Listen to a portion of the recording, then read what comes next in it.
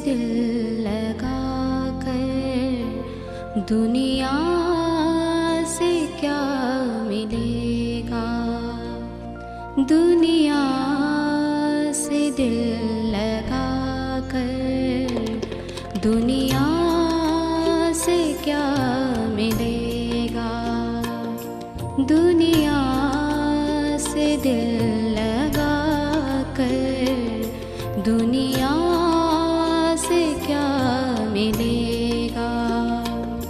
तू याद से किए जा, तू याद से किए जा, तुझको प्रभु मिलेगा, दुनिया से दिल लगा कर दुनिया से क्या मिलेगा, दुनिया से दिल लगा कर दुनिया से क्या मिलेगा। स्वामी रामकृष्ण परमहंस। वे जिस समय सत्संग प्रवचनों को सुनाया करते तो उस समय वे एक बहुत सुंदर कथा कहा करते थे। वे कथा क्या थी? वे बताते कि एक बार एक स्त्री, उसे अपने एक संबंधी के द्वारा अपने पति की मृत्यु का हृदय विदारक समाचार प्राप्त हुआ। जैसे ही समाचार प्राप्त हुआ तो समाचार प्राप्त होते ही वे रुदन नहीं करने लग गई, अपितु उसने झट से बहुत सावधानी से अपनी नाक से नथ को उतारा और उस नथ को उतारकर वे अपने साड़ी के पल्लू में बांध लेती है। जैसे ही साड़ी के पल्लू में बांधा तो अब उसे सहीज कर रख लिया और तद उपरांत अब वे जोर जोर से रुदन करने लगी, बहुत प्रकार का विलाप करने लगी कि हाय मेरी मैया, मेरे प्राणेश्वर, मेरे प्राणा आधार, मेरे जीवन आधार चले गए। अब मैं किस प्रकार से इस दुनिया में जीवन को व्यतीत करूंगी, मैं कैसे इस दुनिया में रह पाऊंगी। बहुत प्रकार का चित्कार कर रही है, विलाप कर रही है। और साथ ही साथ इतना ही नहीं, अपितु वह धरती पर पछाड़ खाकर भी गिर जाती है, फिर भी सावधान है कि कहीं पल्लू में बंधी हुई नथ को किसी प्रकार की कोई क्षति न पहुंचे। स्वामी रामकृष्ण परमहंस जी कहते हैं कि यह हास्यपद प्रसंग हमें कुछ समझाना चाहता है कि ठीक इसी प्रकार मनुष्य को भी ईश्वर रूपी प्रेतम की चिंता कहाँ है। वे उसके लिए कहाँ रुदन करता है, कहाँ विलाप करता है, अपितु वे तो केवल और केवल मात्र संसार रूपी नथ को संभाल कर रखना चाहता है, उसे ही सहेज कर रखना चाहता है। उसे ईश्वर की याद कहाँ, वो तो ईश्वर को भूला पड़ा है। महापुरुष कहते हैं, नहीं कहता कि दुनिया से जुदा हो, नहीं कहता कि दुनिया से जुदा हो, पर तेरी हर श्वास में यादें खुदा हो।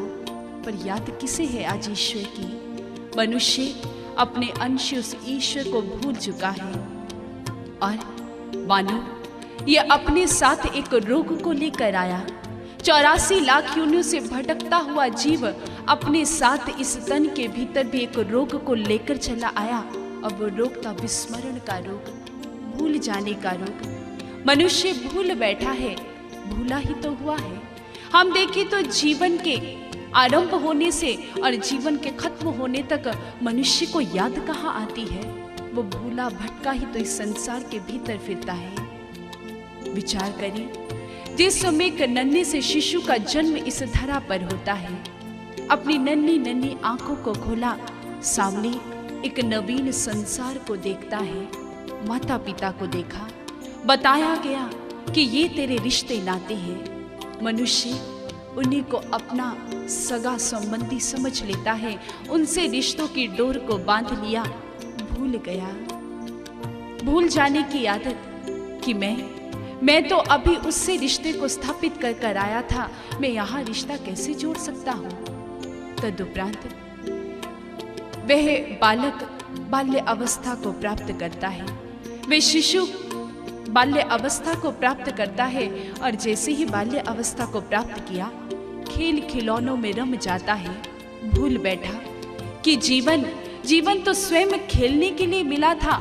मनुष्य इन खेल खिलौनों के भीतर उलझकर इस संसार को सत्य समझकर यहीं पर विचरण करने लगता है।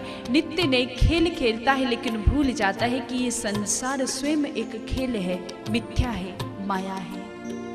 तदुपरांत मनुष्य यौवनावस्था को प्राप्त हुआ। युवावस्था को प्राप्त हुआ तो उस समय भी अपने ही यौवनावस्था के मद के भीतर इतना चूर हो जाता है, मदहोश हो जाता है और भूल जाता है कि एक दिन ये यौवनावस्था भी छीन ली जाएगी। ये गरुड़ सदा नहीं बना रहने वाला। वृद्धा अवस्था आई और वृद्धा अवस्था भी आकर कुछ याद कराना चाहती है, लेकिन मनुष्य याद नहीं करना चाहता। वे भूलना चाहता है एक ही बात कि अब इस संसार से कूच भी करना है। मनुष्य इस बात को भी याद नहीं करना चाहता और इस प्रकार भूलने के कारण से मनुष्य को परमात्मा बहुत प्रकार का दंड देता है और